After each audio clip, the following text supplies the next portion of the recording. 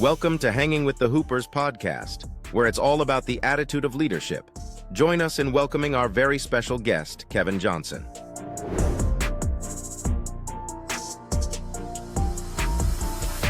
Hey everyone, welcome back to Hanging with the Hoopers podcast. Tim and Andrew Hooper, your hosts, where we believe the attitude of leadership is everything. The heart of the leader, and why should I follow you, right? And so we're excited today, Andrew, to have a guest on that is helping leaders be better and bring more heart to the game. So Andrew, why don't you introduce our guest? That's right. I'm excited to introduce our guest today. I think I met Kevin about 3 or 4 months ago, maybe a little more recent than that. We were at a networking event with a mutual client and just hit it off. I think we talked for probably an hour and talk about someone who has the heart of a leader, works with a lot of leaders, has been coaching and consulting for the last 23 years. So welcome everybody, Kevin Johnson with Leverage Consulting. Kevin, we're thrilled to have you here, man. Thank you, Andrew and Tim. I appreciate it. Yeah, I think the conversation I had with Andrew was probably one of my more difficult conversations that I've had in recent history, only because he and I were standing next to a massive speaker. We were trying to hear each other over top of the speaker. What'd you say? Yeah. It was kind of like I was practicing my lip reading that day. But it was a great event. I think, I don't know, probably a couple hundred people there. It was packed. Yeah, it was packed. That was a real producers event down at the beach in Delaware. And, we all work pretty heavily in the real estate space. So different aspects and components of it. And so we were there and it was good. The speaker was very loud, but I will say great conversation nonetheless. I mean, but whenever you leave a place and your ears are ringing a little bit, you question your choices of where you stood for sure. So it reminds me way back when trying to go to Hammer Jacks. So, kind of Baltimore, there's a lot of lip reading back then too, but heck yeah. Well, we're thrilled to have you here talk about some leadership stuff today. Why don't you just give all of us a little bit of background, your story, how you've kind of come up and gone into what you do now, which is consulting at a very practical level. Like, give us your background, Kev. Sure. So, I actually got my degree in accounting. So you go all the way back when I got my degree in accounting. I worked in the tax practice for about 6 years. I discovered that was not going to fill my cup. It was just the kind of thing that, they say, if you do what you love, you're not going to work a day in your life. And I was literally working every day. Didn't really do it for me. I didn't really know it and understand at the time what I was feeling. But the lady that I worked for, I'll come back to this later, but the lady that I worked for sold the practice. She went to another company, which was a coaching and consulting company. And I followed her. And I went there. I started out as a consultant, and that was in April of 2000. So I started in working at that company and ended up working as a consultant, became like one of their lead consultants. And then they said, why don't you run a team? And then it was like, why don't you run a bigger team? And then why don't you start our Western expansion? So we started an office in Arizona, and I led the charge on that. And I ended up running the whole consulting division before I left. And the only reason I say that is because I've been there, I've done that and done the boots on the ground work, but I've also run the business as it related to running a consulting company. And quite honestly, that's the marriage I think a lot of entrepreneurs really struggle with, is doing both, where you're boots on the ground, and whether it's like you got to take out the trash or move tables or, go stop at Costco and load up on something versus I got to build my company and I got to run it. So a lot of what I do to help clients is either team training, or, sometimes I go to events and speak for them to help promote them. But then there's one-on-one coaching and group coaching that I've done with clients where, it might be their whole team or a group of different types of practitioners or business owners that come together. And then some of it's just one-on-one. So I look at it like, if I owned it, what would I do with it? Yeah. I love that. I love your background, your story. I love that you said you've done the boots on the ground. It's also interesting that you're an accountant, because something I joke about, and I joke, but I'm very serious, is I coach a lot of sales teams, and I say, you got to be a little bit more of an accountant. A lot of times we're jumping at every new shiny thing. It's a lot of distraction. And I think the accounting muscle brings out a focus to the numbers, to the metrics that matter, and not necessarily making what I call bottom line decisions where you lose all emotion, but letting the metrics let you infuse more emotion where it matters. And so I just love that your background's accounting. I didn't know that. Andrew has a leg up on me because he got to meet you for an hour. Well, shout out you for an hour. Yeah. But so that's great. I have a quick question, just more of a technical, and maybe just because my sales background. But why go show up to an event? I mean, you already have one of the largest companies in the room represented. You're already working with. Why show up in a room of 200 people and talk to Big Hoop for an hour? Like, why go? It's funny because one way of looking at it to me is if you're not present, you're not present, right? I mean, it's like out of sight, out of mind. So, and I'm talking about, like, if you think about it, not necessarily from a selfish standpoint, like about me, okay, but you're not present for the people that you're there, that you're supposed to be helping, okay? So that's one thing. Another way of looking at it is, if you get in the room and you talk to 5 people, 10 people, 20 people, I think you end up talking to folks and finding out, what's really going on, because it's, I was writing some notes down of like what might come up today as we're talking, and one of the things that I really, really feel like today is trying to literally just stay in the pulse of what's going on and what people are thinking. And I say this because, this is the best and most dangerous thing we have at our disposal right now. And I think, people, I have zero interest in getting into the 3 things that are like the taboo topics. Okay. But the reality of it is people make like political posts. So they'll make stuff that's like sizzle reel stuff that it gets likes and, it fits the algorithm. The reality of it is that's not always what's going on boots on the ground. Yep. That's, they'll, how long have we been hearing the market's going to crash? Mm-hmm. Okay. How long, Yep. how many years? It's been a couple of years now. It's coming. Yep. It's here. It's tomorrow. It's whatever. And if you listen to that too much, it's going to affect your daily. It's Yep. going to affect your correct. So if you keep exposing yourself to that garbage, then that's what how you're going to wake up every morning and say, well, I'm going to go through the paces, but I'm really not going to be successful. Yeah. As opposed to, if you do go talk to folks like the 2 of you, or go talk to, a room full of 200 agents or lenders or whoever, hey, I just had the best month I've ever had. It's funny because when during 2020, one of my clients, everyone is talking about doomsday during 2020. Yeah. One of my clients literally had the best year he's ever had in his 30 years of business. Crazy. During COVID. It's just, you adjust. Yeah. And you don't listen to the chat. So long answer to your short question, but I literally was sitting here getting goosebumps, and I'll tell you the first reason why I got goosebumps, Kevin, and it's not a weird reason, I promise, but you said finger on the pulse, and it's so funny because I picked up a training of a Harvard managed mentor that I had done with a team back when I worked for JP Morgan. This was like 8 years ago now. This morning, I picked it up in my house before I came over here to do this, and I flipped it open, and it landed on a page that said, as a leader, we have to be better at being sensors. We have to be better sensors. We have to know and be able to understand what's going on without people explicitly laying it out step by step for us. So when you said you show up in the room to be present for your client, but also have your finger on the pulse, like what's everyone saying? What's the feeling here? I think there's a very profound leadership lesson in that, because a lot of leaders that I see, they own a business and they're never there.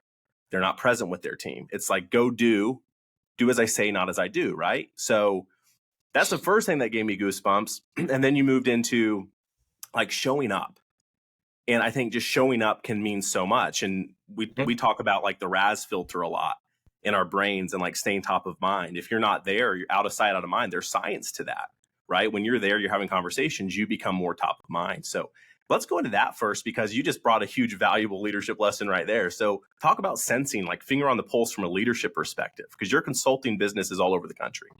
Yeah, so it's funny because Tim was just mentioning he likes the accounting mindset, I guess, sometimes being brought into the party, and it's funny how mindset itself is a super squishy topic, and it's like you can walk into a room, and it's funny, it when you see it, right? But it's hard to also sometimes get people to see it Yeah. themselves. Yeah. So a lot of times what I do with managers or leaders is I'll get them to take a look and I'll say, think about this for a minute. If you have three people sitting next to one another, okay, and let's just say Margaret is your gold standard. Margaret is like the person who's worked for you for 5 years. She knows your systems inside and out. She believes in the offering of what it is, whatever it is that you do. And she's just like she's the person that you wish everybody else was like. Okay.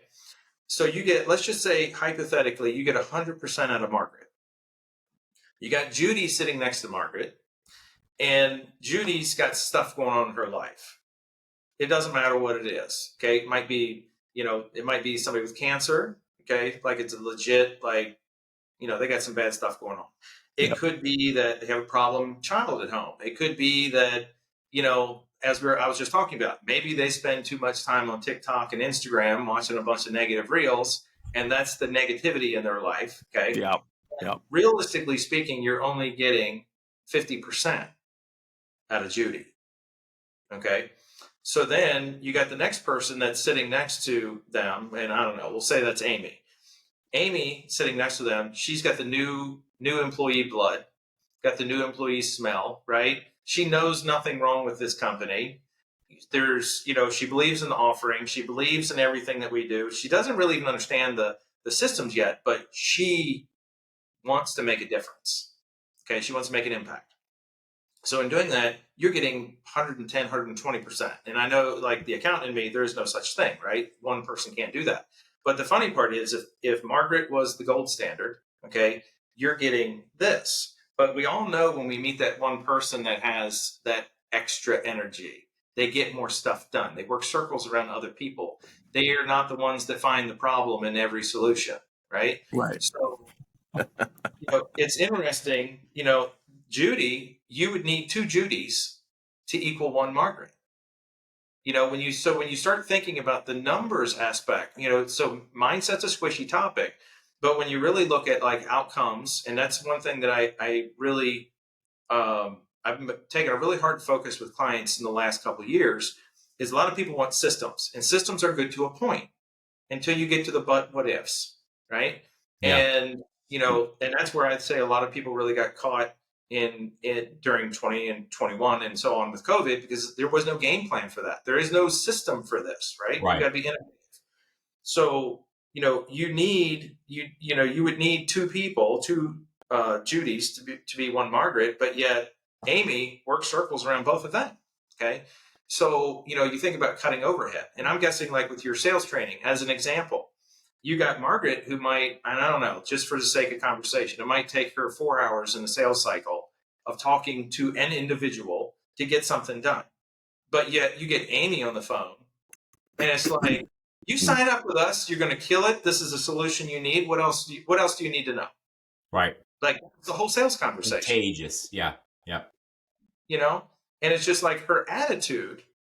And it's funny, a lot of people think attitude's a bad word, but her attitude is something like when we roll through Chick-fil-A, even if the lines around the building twice, you're still going to get up there. They're still going to smile. They're still going to say thank you. You're just going to get your food quick. You're not going to be in that line more than 5 minutes every time. Right.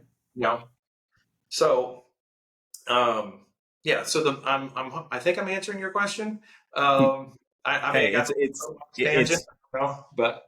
a good tangent. And I think the key there is, how do you determine? So how, because there are different Tim and I always talk about getting people in the right seat on the bus, right? Mm-hmm. And so sometimes you have the Judy in the wrong seat. And so her productivity, because she doesn't believe in her mission.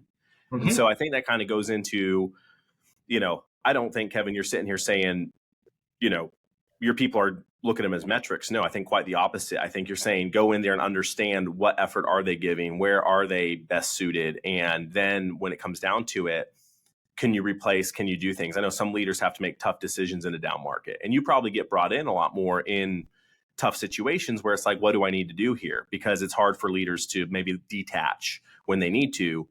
But talk about, like, go a little deeper on how do you really identify, because I'll give you a story. Like, in my management career as a very young leader going in, I was 20, almost 20 when I took over a branch as a branch manager for the first time. And one of the other senior managers on the team told me about this guy on my team. And they said, he's horrible and you're going to need to fire him because he doesn't do anything and he just sits there and wastes his time. After I got to know him for 6 months, he became one of my top producing bankers. And so when you talk about like a leader looking at, okay, I have Judy who's 50%, I think it's very clear to make this very practical. Are you just listening to what someone else said, or do you know that? Have you zoomed in and put in effort first? So can we talk about that? Like, how do you get to that point? Because I don't think it's just that, oh, someone said she's not, I don't see a result, so let's cut Judy. Like, we need to do more than that, right? I mean, I'm kind of leading you down this path a little bit, but like, help us Andrew, understand. It's perfect because, I mean, you said it earlier. Are you a leader who is in touch? Are you able to go sense what's going on, or are you just listening to someone who may have fallen, another frontline manager possibly, who may have fallen into what I call the comparison trap? You're comparing everybody to Margaret, or this new shiny, like new blood, contagious energy, like excited about it. And so now you're just comparing people, as opposed to sometimes the drama in life is real and sometimes it's made up because somebody doesn't feel like they're being heard or listened to. So being a leader in touch can absolutely, like you did with your banker, go level, like what's motivating them on a very EQ one-on-one basis. What's motivating them? And then helping them actually overcome and move into a 100% output from their perspective, from their capability, and become a shining star. And the funny thing is, we do that. And I have had bosses in my life. You're the energy guy. If everybody could just be like you, for me, that put undue pressure on me. Because now I'm feeling, and then if you have somebody who's an egotistical maniac, it's like, yeah, I'm like, and then they just tear the team apart because they're the all-star and they know it. And then they start sliding. You actually start getting lazy and slipping and sliding because you're the boss's favorite. So it's very important we go down this trail. But yeah, in touch leadership, and then how do you not just look at somebody as you're the bottom 10%, you're gone, Jack Welch style, out of here, which that's necessary at times. But I think once you give them enough rope. But Kevin, take us, like, make this practical for anyone on this call who leads. Like, how do you get to that point? Like, some of those steps that you recommend taking to try. Like, we should try to coach. We should try to bring people along. But hit us with some knowledge here. So Andrew, your example. Okay, I've lived a couple times, and not sitting here saying like doing a comparison. I've done it more than you.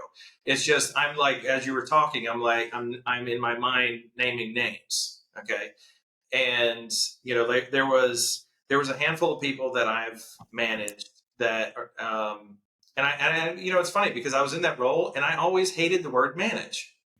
I don't like the word, right? Because in a sense, it's like so here's an example. When I went and started the West Coast division, if you will, we showed up at this Marriott, and it's literally the first event that we're doing. We had like 6 different big teams that were coming together. We're doing a 2-day seminar. In fact, we were doing a 2-day, Tuesday and Wednesday, and then a completely different group. So we got 12 different sets of clients that we have to make happy. Okay. And it's a small herd of people that we have there. We're relying on hotel staff in terms of like, these are our expectations. This is what we want to see happen, because that's part of their experience. It's not just what we deliver, but they can have a good time while they're there. Yeah. And then we have, our team back in Baltimore who sent all this stuff. So long story short, we're standing there in the hotel conference room, and they'd already set the room up, and then we start rearranging it, and we start moving tables, and we made it the way we want it, not the way they had it set up, because something didn't get translated right. And the lady, Peggy, I think was her name. This is like 2005, and how I'm remembering her name, I don't know. But Peggy looked at one of the folks, that I brought with me. And she said, "Oh, is that one of your coworkers?" And she goes, "No, that's my boss's boss's boss kind of thing." Okay. Lender. And so, we've talked already about being present. We've talked about showing up, and in some respects, setting the example. Okay. And so when you think about it, you have to walk the walk. You have to emulate the same kind of it. And I never wanted people to say, do it the way I do it. Okay. And that's what I was talking about earlier about really, I've pushed very heavily on outcomes because my way of accomplishing a outcome or a task might be different from Andrew. It might be different than Tim's. It might be different than whoever. Right. So, but in the end, who cares if the client is happy and the outcome is there? Yeah. Right. Yeah. So that's where you go back to being present and showing up. So you take those, and it's funny because I had other managers. I had other consultants at the time who were given to me by other managers. It's like, good luck with that kind of thing. It's like flicking them in my lap and saying, this is the, what was it? Heartbreak Ridge. Remember the Clint Eastwood movie? It's like, here's your band of misfits kind of thing. Yeah. Yeah. And that's kind of like, I got a couple team members like that. And the funny part is they ended up becoming some of the like top 10% consultants they had. Right. And it's just that one manager, for example, wanted everybody to be like her. And it was a problem because in some respects, like I looked at that manager and I thought, there's no substance to what this woman does. She just talks to people for a while. They like her, but she really doesn't do anything with them. And not everybody can do what this lady does. Yeah. And in the end, somebody's going to look back and say, I spent a lot of money with this company and I can't look back and say I had an ROI. Okay, like I grew by this amount, or I saved this much, or I did something. So, you have to be present. And let's just say, if I had 5 people on my team at the time, and that I will say, quick side jump, some people just have too many people that report to them. You can't. Some people have too much on their plate to manage the volume of people they have, or they just have too many people. Period. Yeah. Right. So like how much, if you really went down and said, okay, have you, for example, and I'm a very, very big believer in servant leadership. So sometimes I talk in a very hard and black and white way of, this person's giving you 100% and it might lead to, this person's giving you 50%. So out the door. No, because I've never met a business owner or a manager that says, I love interviewing people. I love firing people. I love combing through resumes. Nobody likes that. That's why they hire somebody for HR to do that, right? Right. So it's the two words that tend to get into, we can say really, it's conflict. People have a tough time with conflict. Yep. And, it's easy to say, oh, well, Andrew told me that Bill's a big pain in the butt and he doesn't really do anything. Right. Okay. I can take that at face value, but that is Andrew's perception. Yeah. Right. And how do I prove or disprove that? Yeah. Okay. So I got to take that and maybe file it away because in today's world, most people are focused on what things are not as opposed to what it is. Right. So you said Bill is, not very, he's not engaging. Clients don't like him.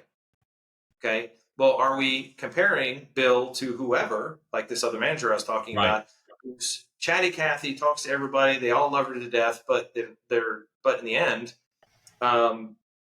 Bill completely gives these people like a clear-cut, absolute plan to success. Does it come with the same sizzle that this other person does? Can I coach him up on how to have a little more sizzle? Absolutely. Right. Because he has a skill set that she can learn from. Yeah. Well, it's interesting because a lot of times people will want to like shelve some of these people. Like you just throw them up there, and until they become another problem, I'm not going to do anything with it. Yeah, and I see a lot of times what happens. Couple of things. The shelf. I love the analogy. I've never thought shelving, but when you shelve somebody, what happens? They're not picking up opportunities, or they're not given opportunities. So literally, you're actually hampering the exact thing you want, and that's growth and that's learning. It's interesting you say that, because I've seen sales managers do this. Somebody's not as charismatic, so naturally we're not going to put them point, and the most charismatic person goes in and blows the whole thing up, because the customer and the decision maker there was actually more of a match for this less charismatic person, and would have received the message from a less charismatic person better. And the charismatic person actually blew it up. The sizzle blew it up, where more of the CPA could have actually laid it out analytically and sold it. So I think you have to be, what my buddy Justin Cook says, assume positive intent. So like when you hear something bad about somebody, just kind of flip it in your head, assume positive intent. Okay, there could be some clash personality wise here, or maybe there's a chip on somebody's shoulder. Just, I'm not going to take it at face value. I'm going to assume positive intent that this person is still good, is good. And I'm going to be the leader in touch to go down and see them in action, give them some opportunities, identify some areas to coach them up. So I love that you said that. I mean, if you're a leader listening, be careful not to shelve people by just assuming, looking for what's not. So I love that analogy. So there's a couple of, well, I'll mention two really long, big books that I don't recommend anybody reading, because I think you can get the same stuff from some YouTube and whatnot and save yourself probably a couple days of your life. But one is, there's a book called Top Grading. I read it long time ago. Super boring, like way boring. But we're all familiar with the bell curve, right? Yep. So in every business, you got your top 10% performers, right? And then you got your middle 80%, you can call them your meat and potatoes, your, trusty, reliable, they're not the Michael Jordans of the world, but, you certainly don't want to lose them. And then you got your bottom 10% that either they have to get better or they have to go away. Right. Right. And you use sports analogies of like, you're not going to the Super Bowl if we're constantly catering to the bottom 10%. But when you really look at how leaders and managers invest their time, it's funny how most times it's the bottom 10%. Wow. Okay. Yes. And it's like your Michael Jordans on your team get no attention most times, unless they're a squeaky wheel. But it's like, if it's purely driven by the manager or the leader, most times they're going to go to Bill because Bill showed up late. Bill didn't turn in his expense report. Bill didn't whatever, right? They're all problems. But yet you got, we'll just say Michael Jordan. Michael Jordan's on your team, right? How much time did you really spend and invest with him? I will say that's an area where a lot of folks, they just completely miss the boat. That's profound, Kevin. It is. I'm sorry I interrupted you. Continue, please. But we've seen that happen, and we've talked heavily on this topic, Tim. I know we've tried to help certain leaders come up with a plan, and we were in a big group, and we got a lot of comments one time of like, well, in today's environment, if you pull your people in for one, there's a whole misconception, I think, in leadership that you only do one-on-ones when someone's misperforming or when somebody's not performing. And it happens all the time. And so what you just said is so true. You need to invest. It's like Strength Finders 101, right? Like manage the opportunities, but go focus on the strengths. Go focus on the strengths of your team. Give them what they need. Invest in them, in tools they need, in building their skills, sending them to a class so they can get better. Like whatever they need to continue to grow their professional skill. And I think a lot of leaders out there just think, oh, I got this top producer on the team. They're just going to keep producing. I just don't need to touch them. And they actually I've been a top producer on a team where I was not touched by my leader for over a year. Mm-hmm. And the resentment that built in me to the point where I left that company because I never got the validation or the things that everybody needs as a human being around the good things you're doing. And then also I still want coaching. Like if you tell me everything's Gucci all the time, I don't believe you. Like I'm human and I have opportunities. So even as a top producer, I want my trusted leader to be speaking into my life from a mentorship perspective or from hey, I know like you could elevate XYZ if you took XYZ step. It's like, great, now I can do something to improve myself, right? And sometimes your top producers are actually the hardest people on themselves. So sometimes they're crushing it. And so that like leaders like, okay, good. I don't have to mess with them. They're out there. They're self-sustaining. Like, and I'm going to go focus on all these bad people. And so, but those top producers, sometimes they're the most critical of themselves. They get in their heads. I mean, I've been there. And if you don't have any sort of like, hey, you are kicking the KPIs or okay, or off the chart, like, hey, how did you do that one? How did you land that one? Could you do a team? Like, could you talk on the next team huddle about that win? Because I really want to multiply that. And then that person's feeling that about like, okay, maybe I am performing. And from the leadership standpoint, they're over in your mind. You're just grateful for them, but you're not saying it. You're allowing them to, that top producer possibly to be recruited away or just live in their own head of a neck. Andrew, you've said this to me before. Like, am I just in my own head? Am I really hitting it? Like, you're your own worst enemy sometimes. So We Kevin, can be. This is very profound because it's so easy. And Andrew, we've been on management calls where 15 minutes, 20 minutes was that one stick in the mud person. And that's a lot of brain power wasted. 4 or 5 managers figuring out this one stick in the mud. It's like, what's actually working right, and how can we go multiply more of it? You know, Right. Upgrade. And hey, by the way, there's a little version. So you must have read the main one because they came out with like this little slim one for like the frontline manager for top grading. So I lucked out on that one, I guess. Good for you, because I didn't even know that one exists. But now I consume a lot on Audible, and I don't know if I could get through Audible on that one either. But yeah, and again, there's a lot of stuff that if you go to Audible, you go to Amazon, you go to an actual bricks and mortar bookstore anymore. Go to the management section, the human resource section, or whatever, leadership section. I mean, it's endless. Okay. And I understand it can be confusing. I know it can be just overwhelming. I actually had a client of mine the other day. He went out on Google and searched for this picture, and he sends me a picture of a guy who's literally like standing at the foot of the mountain looking up. And he said, literally, this is how I feel right now. Because he was looking at it like this is insurmountable. And really, when you start breaking things down and you start thinking, if we oversimplify, we just oversimplify everything, it's amazing what kind of clarity you can get. So if you oversimplify, what is servant leadership? Sir, if you want to be a servant leader, okay, you train, you're present, and you ask them if they've got everything they need. You make sure they have the tools they need, and then you get the hell out of their way. You don't, because sometimes that's where micromanagers are there, and they're like the wet blanket, and they're holding some people back.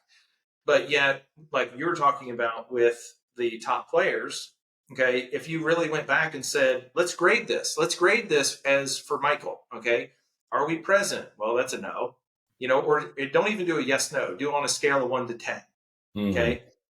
So like, am I really present? Have I done any training for him? Because you guys are probably familiar with Tim Grover, right? Yep. So Tim sought out Michael, but in the end, Michael said, yes, let's do this. Yep. But in the end, even though he was at the top of his game and nobody could hold a candle to him, he still went out and sought out coaching. We're humans. We're not perfect. Andrew's going to be better at me at something. Tim's going to be better at me, better than me at something. So we're human beings. We're not perfect at everything. So, it could be, and they did. They worked on his cardio. They worked on what he ate. They worked on a lot of different stuff. Kobe's thing was, you don't practice it until you get it right. You practice till you can't get it wrong. And that's the kind of thing where, like, even though you might have a Michael Jordan on your team, are they that good? Is there somebody in not from a comparison standpoint of, oh, you're not as good as so-and-so. Yeah. It's, what can we learn from that person? Yeah. Kind of like your example. Can I put my Michael on a pedestal and teach the rest? Don't be like him. Just learn this element from him. Right. Yeah. And I think with the servant leadership, you kind of have to gauge and grade yourself on, are you really there and present? And, if another way of looking at it is, if another manager, like in Andrew's and my scenario, if this person went to another manager, could they be successful over there? It's good. So, and when I say another manager, it could be your competitor. Mm-hmm. It could be somebody in the same company, different department, or different, just a different manager in the same department. But if they're successful there, then that means you have room to grow. Yeah. Right. And let's oversimplify it. Were you president? Did you know what makes them tick? Because that was another thing. If I took the 5 team members that I had, like when I had my small team, when I had those 5 team members, there was one lady, I couldn't tell her anything, nothing. She was old enough to be my mother. And, and I know that's a struggle for some people. Right. But, what I did do is I would say, hey, I got this book the other day. It's a fantastic book. And I think it would, if I'm going to apply it in this way, and I think this is how I'm going to learn from it.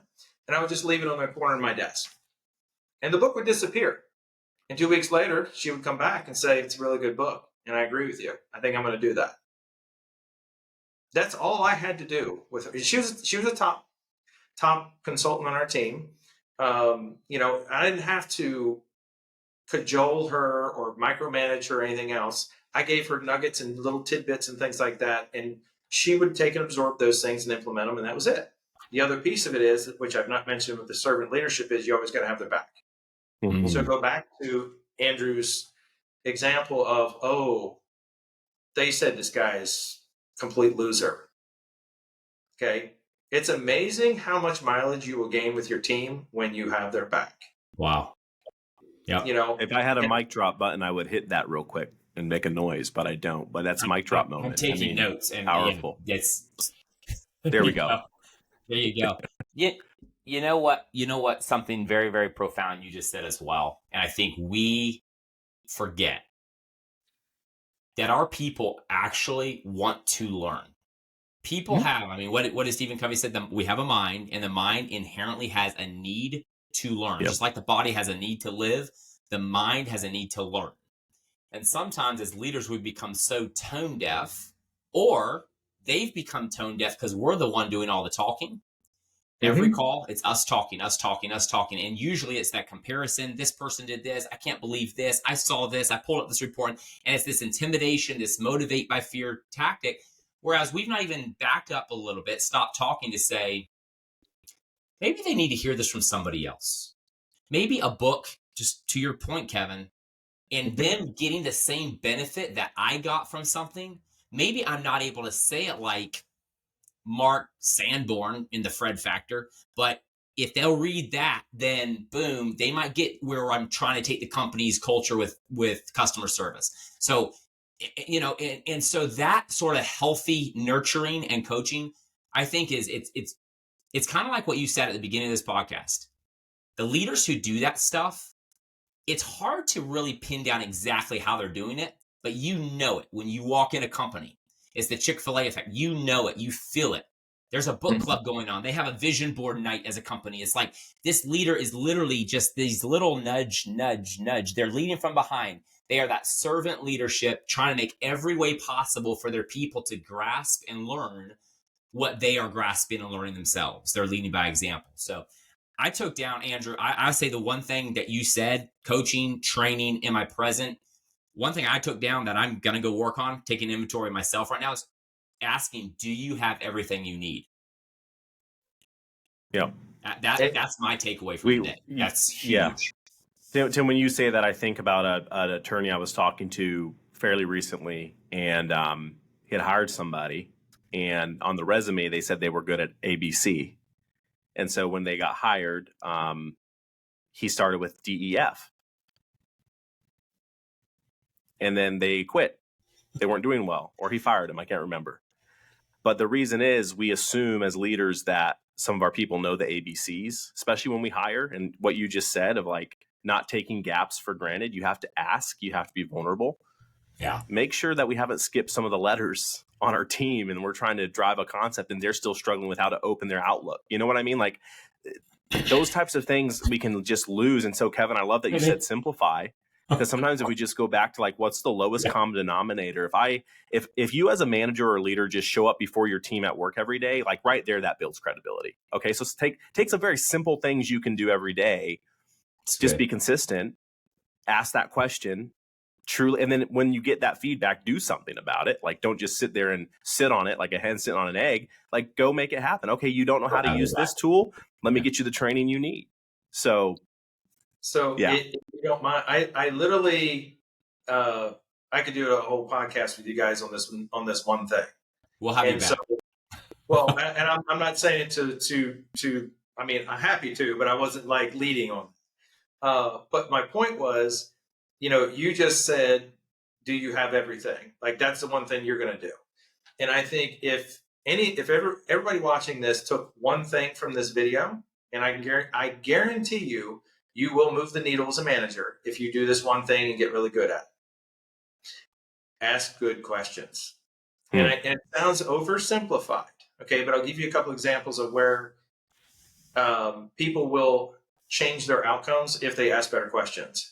The interview process, interviewers talk too much. So to Andrew's point, are you good at ABC? Okay, I asked you a closed-ended question. So I'm not getting you to talk.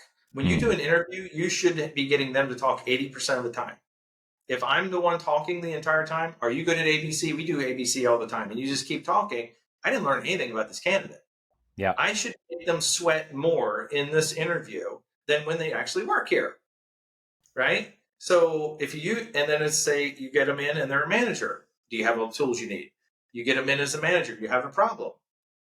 Okay, we've talked about this 3 different times. I've tried to work with you on this, and we're not getting the outcome we need. If you were in my shoes, how would we get that outcome through you? Just ask good questions. Wow. Great question. Great Flip question. The script, man. Wow. Yeah, and I think it's key that you key in on that too, because I think our human mind by default can sometimes mindlessly default to a closed-ended question. And we teach this stuff all the time in sales, like tell me more, help me understand, right? I might be way off base here, Kevin, but it seems like, right? Like you can lead into some really positive conflict conversations and help someone get to a better result. So I love that. Very practical. Ask better questions, Tim. Power questions for leadership, right? What are your 3 power questions for leadership? I think that's a good takeaway. Yeah, and giving yourself a little bit of space before, just like with a sales call, we say give yourself some space. Yes, we've crafted some power questions internally, but now that I'm sitting down right before I walk in to meet with Kevin, it's, okay, who is Kevin? What's Kevin up against right now? What have I researched? And what 3 questions will help me leave with more than I know today about Kevin and really tee up, right, my follow-up and allow me to really deliver value. Kind of like you said with your event, right? You're rearranging all this stuff. It's because you wanted the ROI. So you need to kind of sometimes as a leader, I think, rearrange the question based on the personality. Maybe you have a manipulative person. Maybe flipping that script where it's like, if you were on this side of the table, if you were in my shoes, how would you coach yourself or something? So maybe it's putting them in the driver's seat to give you the answer that way. So I really like that insight, Kevin. One powerful question, I heard this a long time ago, is worth more than 100 answers. And so being intentional with my 80-20 ratio of 20% talking, 80% listening. And as a recruiter, as a leader, as a sales professional, that's a great thought. Just how much am I talking? How much am I listening? Did I ask a good or a better question? You remember that show Undercover Millionaire or Undercover Boss? When you really think about it, that's all it was. Yeah. You're inserting yourself behind the scenes. You're asking a lot of questions. That's great, man. This is we will, Andrew. We're having Kevin back. I love I knew you'd like the guy. I knew you'd like Kevin. You're gonna love Kevin. I got to just talk to him for an hour, and then I watched your Instagram. By the way, guys, go follow Kevin on Instagram. He's got some good stuff. And where should people find you, Kevin? At Leverage Consulting on Instagram. Is that the handle or? There's Leverage Consulting on Instagram. I got YouTube, and it's funny.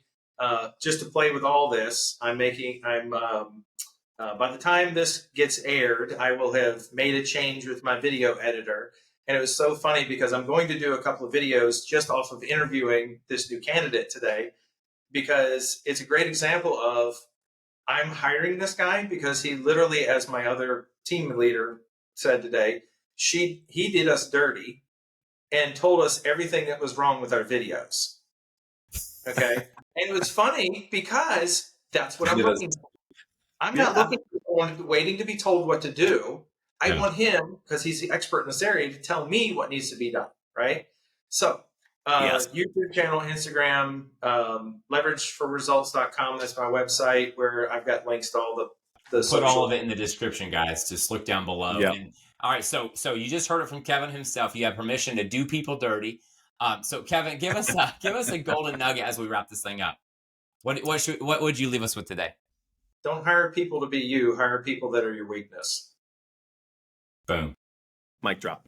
Guys, go follow Kevin. We're having you back, man. I hope if you'll come back. I mean, but we're enjoy the warm weather where you're at too. By the way, I won't say where you're at for privacy purposes, but somewhere tropical.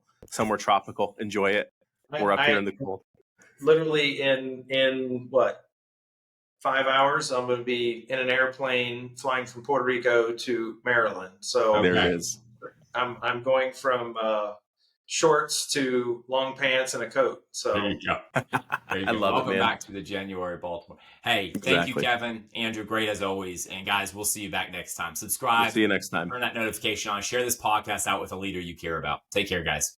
Thank you, Andrew. Thank you, Tim. Thanks, guys. See ya.